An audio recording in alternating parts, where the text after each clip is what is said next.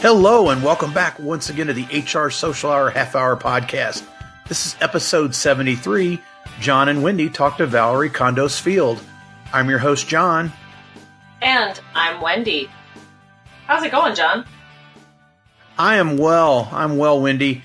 This is a little different for us. This whole episode is different. Yes. We are doing an opening by ourselves. We're going to do a closing by ourselves because our guest was fairly limited with her time because she is something else. I don't know what else to say. I am so excited for this conversation. Yeah. We wanted to explain a little bit about the backstory. Wendy's going to read Miss Val as she goes by. We're going to read her bio, but we had the opportunity to see Miss Val speak at HRRedefined back in May. She was astounding. Oh, yeah. I think Wendy and I, Nicole Roberts, there's several people that listen to the show that were at Redefined, heard Miss Val. We were all just blown away. Definitely not what I necessarily expected. Right. But absolutely adored her. Absolutely adored her. And for many of you know, I like to tweet. We talk about it on the show. I put my phone down and just listened and was just stunned. And I looked at Wendy when the show was over and I said, or when she was done and said, we have got to get her on the show, whatever it takes. And thankfully, Nora and our friends at Namely were kind enough to make an introduction for us. And here we are, 6 weeks later, doing an interview with Valorie Kondos Field. Who knew? Who knew? John, that really goes into the crux of her talk and her whole career is you have to put out the ask. And you can't be afraid to do that. And and that's what we did. We said, all right, we want you on. And here we are. And she'll explain in the conversation what she was doing before she talked to us, which was kind of mind blowing too. Yeah. To be part of her conversation with all the stories about her and podcasts. But you know what? We've babbled a bit. Yes. Why don't you read the introduction? We will then go into the interview and then we'll come back around. Very honored to introduce you all to Valorie Kondos Field. She is the retired head coach of 7-time NCAA champion, 22-time regional and 18-time Pac-12 champion UCLA women's gymnastics team. Inducted into the UCLA Athletic Hall of Fame in 2010, the 4-time National Coach of the Year was recently named West Region Coach of the Year and Pac-12 Coach of the Century for her solid track record as a preeminent coach. Affectionately known to her gymnasts as Miss Val, her reputation is only one reason that 46 former U.S. national team members have come through her program and why half of the last 2 Olympic teams have committed to UCLA. Valerie's coaching success is due to her extraordinary leadership and mentorship of young student athletes, and the way in which she uses gymnastics as an avenue through which to teach valuable life lessons while encouraging individuality and joy. Something Valorie learned from the late John Wooden, the legendary and most successful collegiate basketball coach of all time, who was one of her biggest inspirations, as well as a close mentor and friend. Valorie began her career as a professional ballet dancer and choreographer for the Washington, D.C. and Sacramento ballet companies. Although never a gymnast herself, she transferred to her student athletes all she learned in the world of classical dance, the result of which has been nearly 3 decades of coaching one of the premier athletic programs in any sport, mentoring hundreds of elite athletes, including Olympic champions Simone Biles, Jordan Weber, Kyla Ross, Madison Koshian, Lori Hernandez, and Natasha Lukian. Also known as the nation's foremost gymnastics choreographer, Miss Val's many credits include choreographing and directing a myriad of live variety shows, such as the NCAA opening ceremonies for women's basketball, a Kareem Abdul-Jabbar roast, CBS's Jump, Jive, and Thrive Breast Cancer Research Foundation benefit, and 26 years of Cirque-type shows for SeaWorld's Summer Nights and choreographer and director for multiple shows at the San Diego Zoo from 2015 to present, featuring larger-than-life puppets, dancers, still walkers, musicians, and acrobats. Works include The Journey, Jambo, and Call of the Night. Current projects include additional live stage shows, TV specials, events, and the development of theatrical musical. She is also a dynamic and charismatic speaker with an extensive schedule of corporate coaching events for national companies, including JP Morgan Chase. As a recent breast cancer survivor, Valerie's positive outlook and hope-filled message is impactful. She empowers her athletes to use their voices, to celebrate themselves, and to enjoy the elite sport that has damaged so many in the past. She is thrilled to have the opportunity to share motivating and inspirational messages with the world with her book, Life is Short, Don't Wait to Dance. Advice and inspiration from the UCLA Athletic Hall of Fame coach of 17 NCAA championship teams, which was released in the fall of 2018 by Hachette Book Group. It expounds on her life's philosophy. Don't wait to see what life is going to hand you. Take control of your life and design. Choreograph it exactly how you want it to turn out. And now, I hope you all enjoy our conversation with Miss Val. Well, we are super excited today to welcome Miss Val to the show. Miss Val, we start every show with the same question. What's in your glass this afternoon? Well, literally ice water. Figuratively, a lot. I just got through with another podcast and with Caitlin Ohashi and had an interview with USA Today on my way home.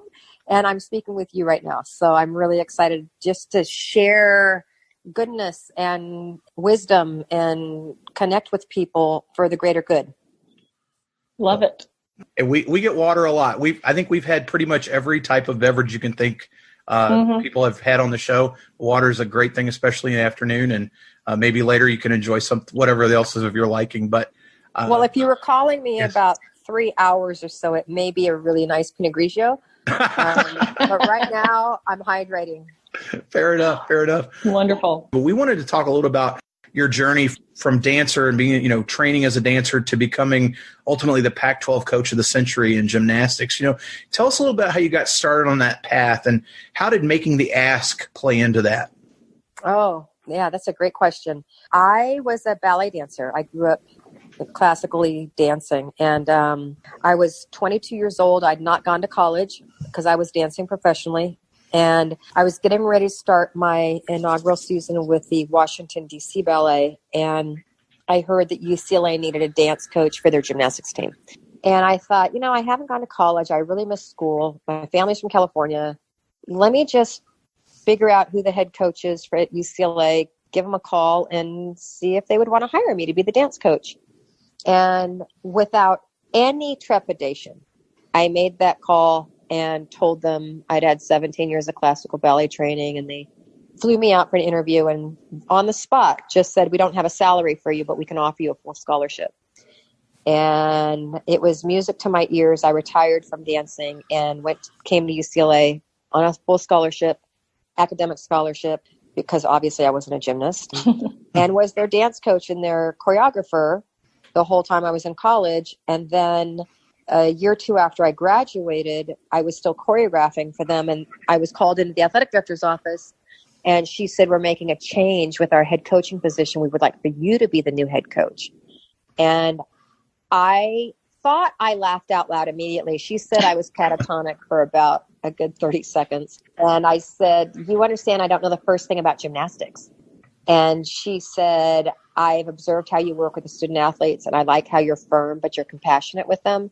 And I trust you'll figure the rest out.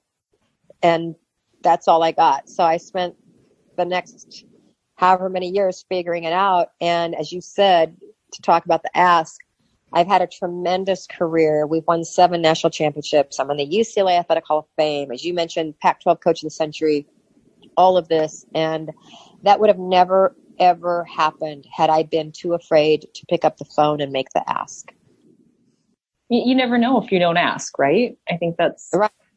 And I remember clearly thinking the worst thing they can say is no. Exactly. Right. And why would I take that personally? He doesn't know me, so it's fine. Right. No, I think that's great. And I think too, that's kind of how we found you, because someone at Namely decided to just ask, and you came to their conference, and now here we are a little over a month later being able to chat with you personally. I think that's just awesome. I love it. Right. I agree.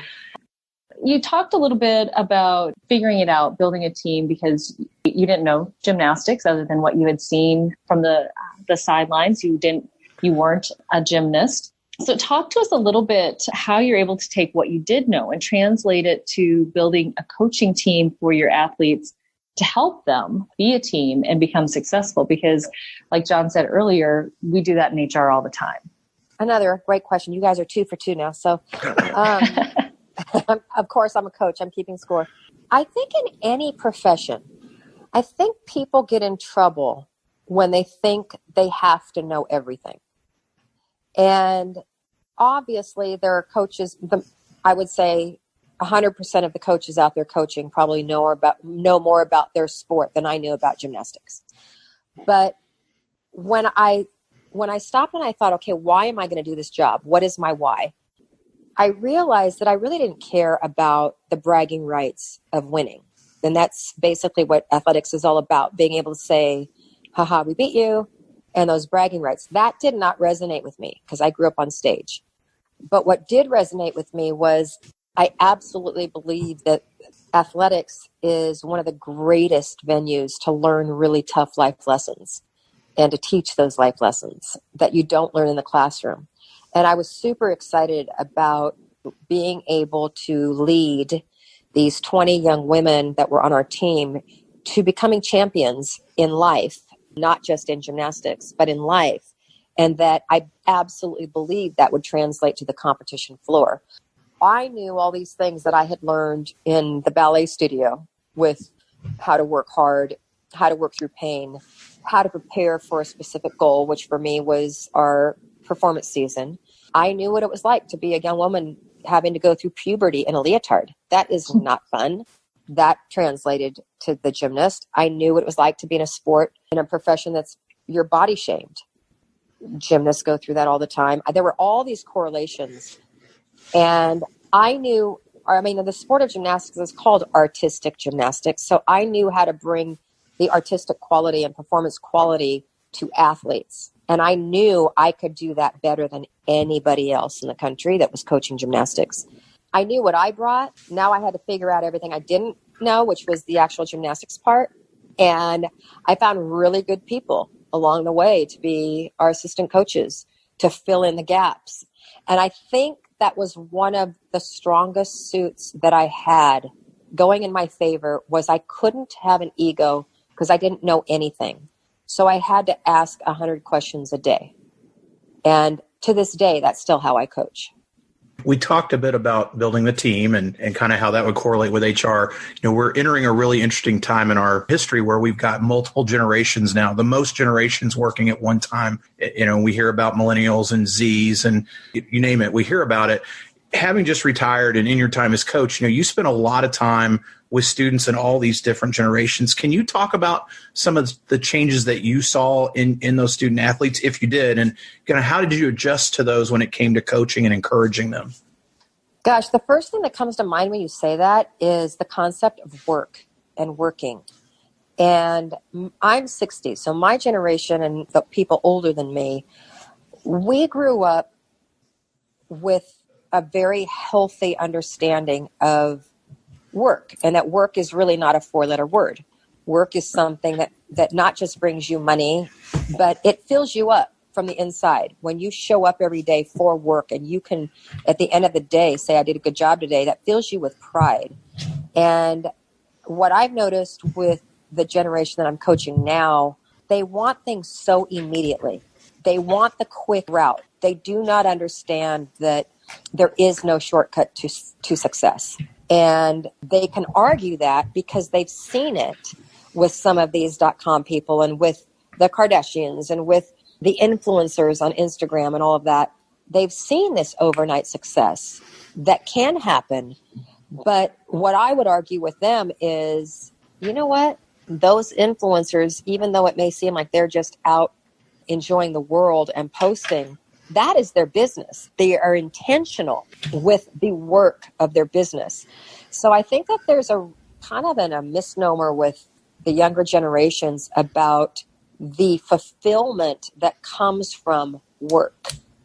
And I say that also because the student athletes on my team that are affluent, every spring, starting with their freshman year, I'll call them in my office, not just the affluent ones, but all the student athletes on their individual meetings. And I'll say, okay, What job are you going to get this summer? You got to get a job. What do you got to get?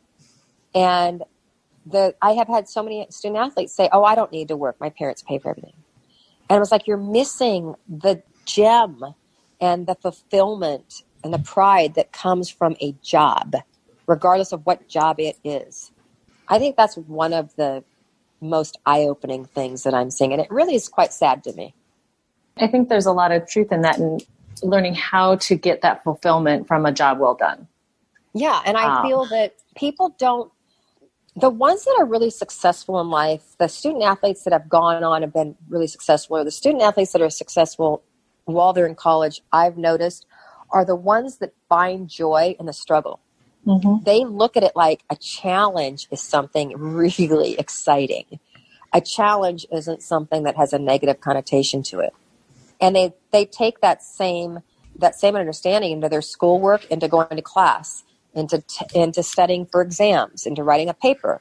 They love life, and they love the challenge of life, and they thrive in the process of the challenge, not just getting the work done as fast as they can for the end result.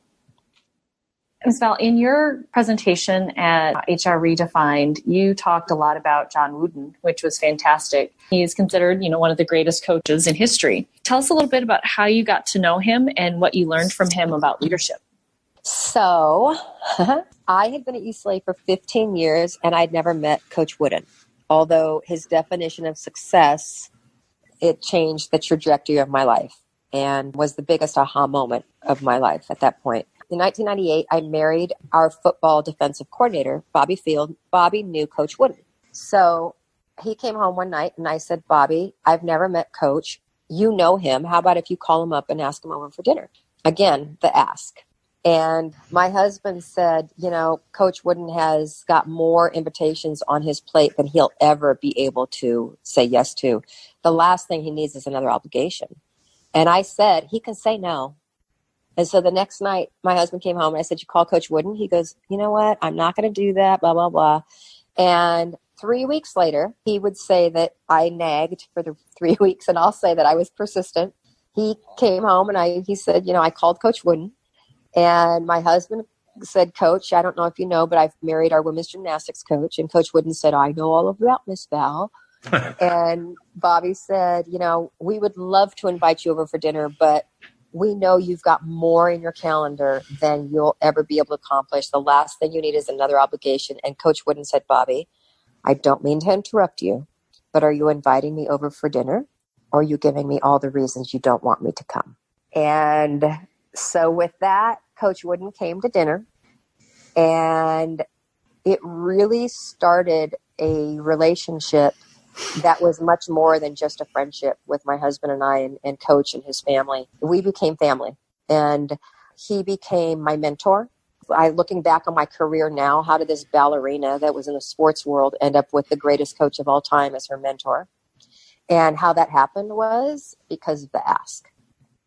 Well, we're glad you made the ask, because I definitely enjoyed the perspective that you were able to share. And, you mentioned, we've talked about the conference a couple different times, Ms. Val. Again, we're so incredibly fortunate to hear you at HRRedefined in May. And, as we mentioned before we started recording, I'm sure it's a little different talking to two HR practitioners that saw you at a conference. Can you talk about how that opportunity came to pass and what really surprised you about the audience? Well, when you think about HR, I don't know if it's like this in every organization, but in athletics, in our athletic department, there are two areas that just are not that thrilling and exciting. And one of them is compliance. And the other is HR, which is kind of like another form of having to be compliant. And I kind of like to run by the seat of my pants. And so when I heard that I had been asked to do the keynote for the HR convention, I was like, oh my God, this is going to be so boring. We get that a lot, Miss Val. Talk about like Nerdville. Really? This is going to be, and I looked at it as a challenge. It was like, I'm going to make these people like me, and I'm going to make them get up and dance with me. And I'm going to, I am going to get them to smile. And I literally imagined looking out in the audience and just seeing these like stoic faces, oatmeal with nothing in it, just boring oatmeal, all of you. And I could not have been further from the truth. That could not have been further from the reality of what happened. The first person that I met in the building was so gregarious and so lovely.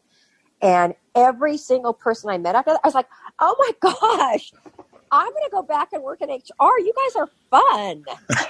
And you honestly, you guys were one of the most fun audiences I've ever spoken to. The energy, the synergy, the humanity. It was like you guys deal with human problems all day long. And it seems like that humanity has been entrenched in all of you, that is twisted and turned and comes out in a good, positive way. It's so nice to hear people talk about HR that way. Very kind. Well, and I have to say, I'm a notorious Twitterer, and particularly during keynotes, I like to share. But I have to tell you that your story blew me away so much. I put my phone down and just listened, which my friends that follow me know that is not how I typically operate. So we made the ask on Twitter to talk to you today because it was such a compelling story. And I'm glad to know you didn't think it was just compliance fun, but we get that. We understand. Yeah. I was literally thinking I'm flying clear across the country to talk about from a bunch of people in HR. Oh, this is not going to go well.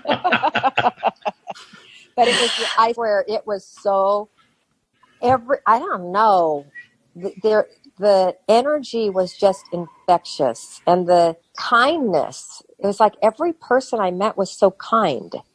That was the first time John and I had been to that conference. And I think I really enjoyed everyone there. I think everyone was the positive face of HR. Obviously, we're not positive all the time, but I got that feeling from everyone there as well. It's a great conference that Namely puts on, I think. Mm-hmm. They did a great job. But you think about and maybe I'm misunderstood of what your jobs really entail, but when I think of HR, I think of the majority of your day is filled with people coming to you with problems or problems coming across your desk. Is that true? It's certainly a piece. Like you said, a lot of it sometimes, I think we were considered the compliance police for many years, but as times have changed, as the workplace has changed, build culture and recruit the right people to make sure we keep them, and being more engaged throughout the an employee's time with a company, I think is for many organizations has really changed what we do. Certainly compliance is a piece, but it's not the only thing anymore, thankfully.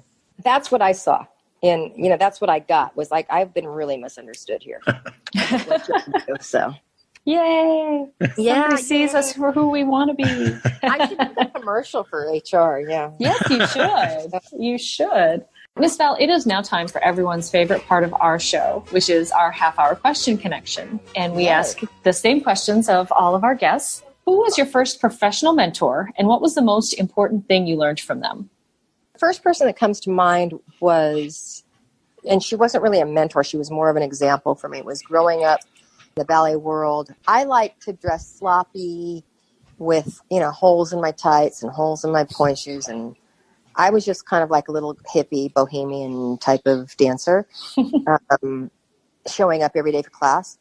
And our ballet instructor, her name was Ingrid. She was so beautifully coiffed and presented herself. She always had her makeup on. She always had lipstick. Her hair was always done. She always wore a leotard with a matching beautiful ballet skirt. And she just was lovely. And I remember in my teens, it hit me that one reason why I enjoyed going to class is because she obviously took time in the morning to prepare to come to teach us in class, in ballet class. She didn't just throw on whatever was most handy. She took time and she took care in how she presented herself to us every day in class. And that really stuck with me as far as how you present yourself to people. We would like for people to get to know us before they formulate an impression, but that's not how the world works. Mm-hmm. And you never get a second chance to make a first impression. And so I've always thought about her as I want to run out the door looking like a little grunge, but I take the time to present myself the way that I want to be seen. So that was really the first example. I wouldn't say she really was a mentor. And then Coach Wooden really was first real mentor I had. Miss Val, our listeners are always looking for new people to follow, to listen to, be it, leadership or whatever else it may be. Who's one person that you have in your network that you think more people should know? You mean that I listen to or that I follow or that I... Absolutely, yes. Oh, goodness. Well, all the same ones, probably everybody's. I think Brené Brown is on everybody's tongue right now, the tip of their tongue right now. I would honestly say that, especially for, I was going to say young people, but for anybody, I'm really impressed with Caitlin Ohashi. And I just spent the morning with her. She's our gymnast at UCLA whose floor team went viral, and she's up for an ESPY and a Team Choice Award. Her platform is so fantastic because she speaks to really relevant issues like body shaming and why she's chosen so many relationships that have been abusive and how she's gotten her out of that mindset that she's worth more than that. And she speaks to a lot of stressors that I think especially young people have right now. And the way she speaks to them is just so real and authentic and simple. I think she's got a great platform and she's doing a lot of good with it. So if you could go back to the start of your career, what's one piece of advice you would give yourself based on what you know now? Hindsight, right? I would tell myself to not worry about other people's opinions of me and to stay really true to my North Star, my mission, my goal. And that was to help develop champions in these young women, champions in life. And when I first started off, I just postured. I pretended like I was a coach and I acted like a coach. And it quite often was at the peril of the student athletes. If you go back and you ask those athletes that were part of the first few years of my coaching, they would say I was mean. I was cutting. I was sarcastic because I thought I was funny. It was gross now when I look back on it. And it wasn't until I just put my ego aside, and this is not about me at all. This is about how can I help this young woman today, motivate her to want to be a better version of herself today, and then do that again tomorrow. The word there that's the most important word in that statement is motivate her to want to, not dictate that she needs to or that she should. Miss Val, how do you enjoy giving back to your community? I basically don't say no to anything. So I feel like I've done like 300 speaking engagements this year. I give back in any way I can to whomever would like to hear from me. And I'm working with a few different cancer research foundations. And, the last few years I have a platform through UCLA, and I'm excited to use that platform to speak about everything we've just spoken about. But I'm very, very, very, very passionate about sharing in our community the importance of parents and coaches redefining success for our children and how important that is to alleviate the fact that they have to be perfect at whatever they attempt, or they have to get the perfect SAT score if they have to get in the perfect college. And I'm really hoping that my generation parents can realize that our youth are more stressed out and anxious and depressed than ever before. And that's on us. And we need to do a better job raising our children. Miss Val, what's your favorite movie? Gigi. Ooh. Leslie Caron, yes. Yeah. How about your favorite musician or band? Well, since I was 12, it would be Elton John. I've seen him 11 times. Oh, wow. I could play every Elton John song on the piano. And when I sing, I feel I sound like Elton John. My favorite artist, like all-around artist, is Bruno Mars, because I just think I can't imagine one human being having that much talent. Oh, no kidding. No kidding. How about a favorite TV show? It used to be NCIS because I love Mark Harmon. And he was a Bruin and he played football for us and all that. It would be any of the dance shows, World of Dance, So You Think You Can Dance, The End of the Stars, whatever. Dance. But I I don't watch much TV because I've got so many projects to do. But when I do, I'm usually sitting in front of a football game screaming at the TV. Well, that you might have stole my thunder a little bit for the next question. So if you're not watching Gigi or listening to Elton John or Bruno Mars or watching, I'm assuming just the one NCIS and not all the spinoffs, what else do you like to do? Now, I know knowing recently retired, but what else do you like to do outside of those things? I'm a pretty solitary human. I love everything I love to do. I do alone. That's knitting, reading, playing the piano, going for a walk. I'm around people so much during the day that I really crave alone time and downtime. Luckily, I'm married to someone who doesn't need a lot of conversation, and we just kind of cohabitate together in this really peaceful way. So I'd go nuts if I was married to somebody that talked a lot or had to be out partying all the time. Not love it. All right. And finally, Miss Val, if you hadn't spent the last many years coaching, what do you think you would have done professionally? I think I would have been a teacher or a journalist. For some reason, I thought it would be fun. I've always enjoyed writing, but okay, this is not going to sound really good, but bear with me. I really enjoy this is horrible. I enjoy bossing people around. I'm a really good director. I love it.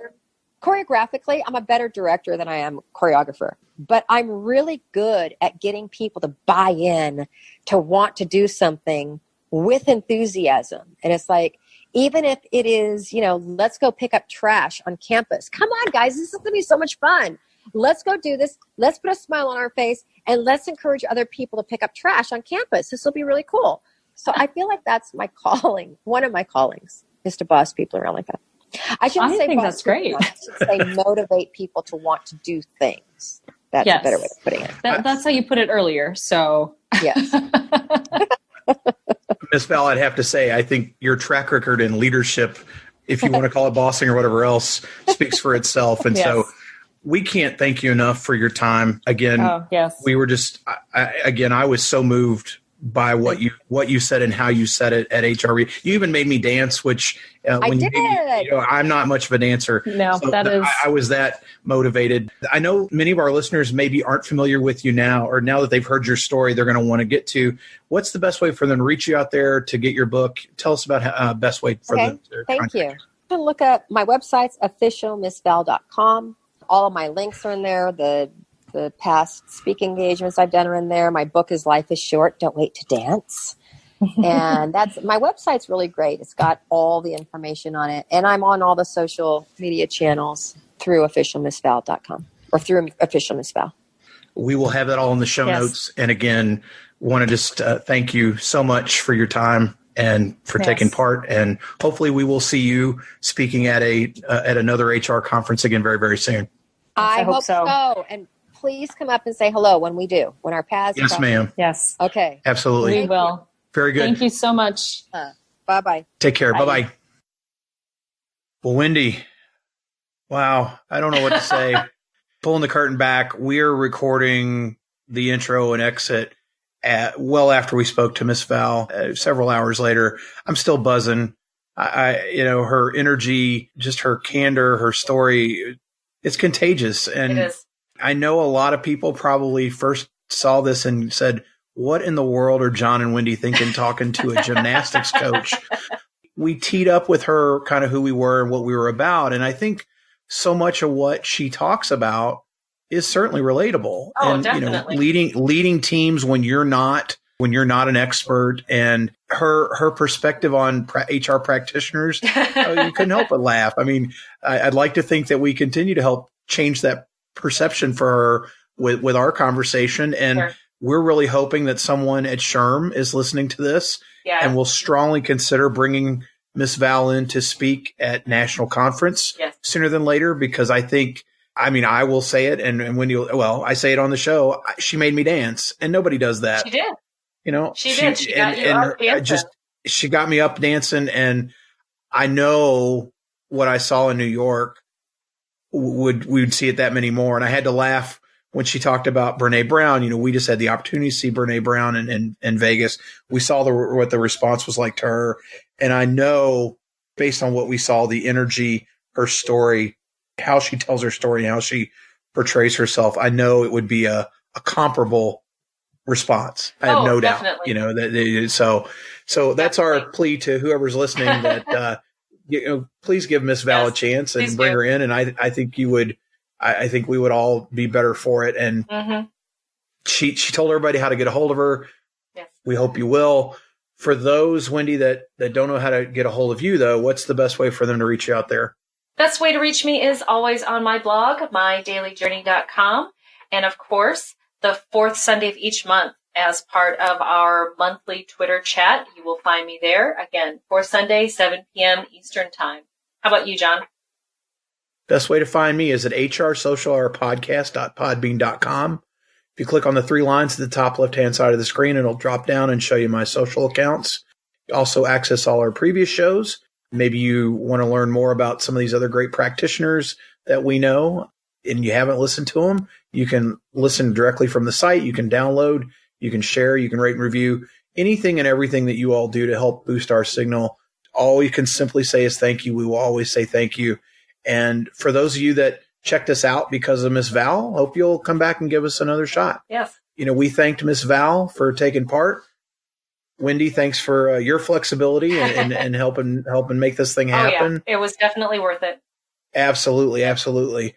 So for the HR Social Hour podcast, I'm John. And I'm Wendy. And as always, be sure to connect, give back, and network. Network. Take care, everybody. We'll see y'all soon.